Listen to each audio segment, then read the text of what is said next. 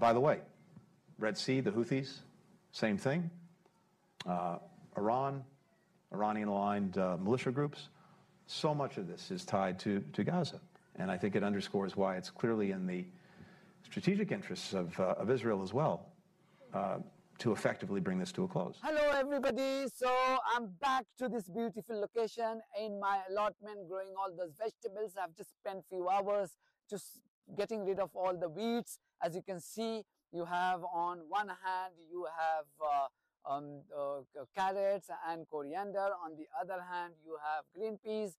Behind me you can see plenty of potatoes, French beans, green peas again, radish, spinach and fennel and whatnot, and many more. Anyway, so this is where I relax, as I have said in my previous videos. I'm back here. Today I am going to talk about a news that I came across, that one of the key seaports of Israel is about to go bust, and that is Eilat port. Eilat, as you know, Israel has about a dozen ports. Eilat is the southernmost port on the Red Sea. And how do we know that it is going through a significant financial crisis? Is because the CEO of the port has told the Israeli parliament, Knesset, that the Israeli government desperately needs to bail out by announcing a significant financial package. Otherwise, the port will go bust, because there has been zero financial activities in the last 8 months.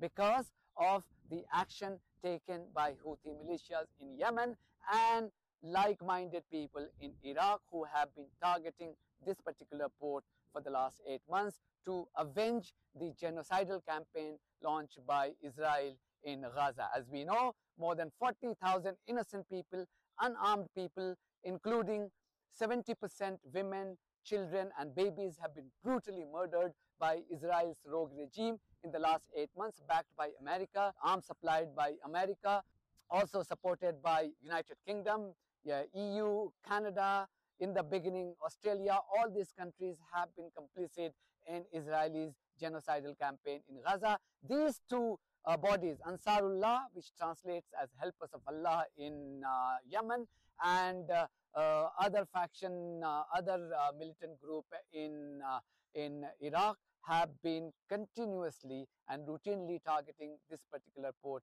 Eilat port. Now, why is Eilat port important? Eilat port is important because Israel imports a significant chunk of its automobiles, vehicles from Southeast Asia through this port.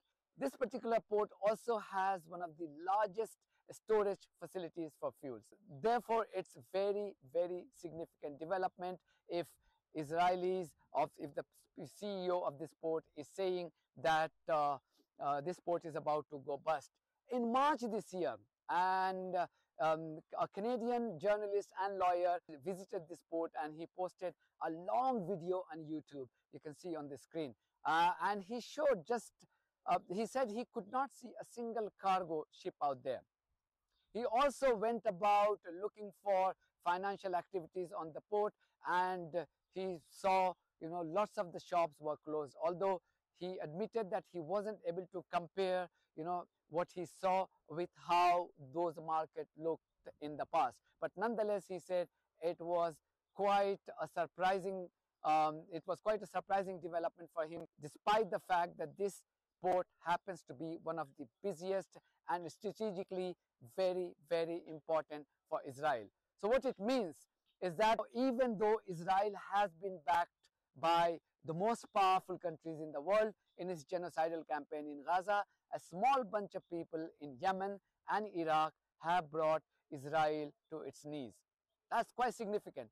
And you could see how significant this is, because even American Secretary of State, the warmonger Secretary of State Anthony Blinken, not too long ago admitted for the first time that Yemenis or Houthis action against Western interest and Israeli interest in Red Sea was directly linked to the conflict in Gaza. He said that, and in the same vein he also said that Hezbollah did not want war. One of our primary objectives from day one, since October, was to do everything we could to make sure that this conflict didn't spread, didn't escalate, including and notably to the north, to Lebanon, to Hezbollah, and then maybe beyond. And so this too is a place of intense focus. And I think you have a paradox in this moment, which is that, at least in our judgment, none of the main actors actually want a war. Israel doesn't want a war, although they may well be prepared to engage in one if necessary from their perspective, protect their interests, but they don't want one. I don't believe Hezbollah actually wants a war. Lebanon certainly doesn't want a war because it would be the leading victim in such a war. And I don't believe that Iran wants a war, in part because it wants to make sure that Hezbollah is not destroyed and that it can hold on to Hezbollah as a card if it needs it, if it ever gets into a direct conflict with Israel. So on the one hand, no one actually wants a war.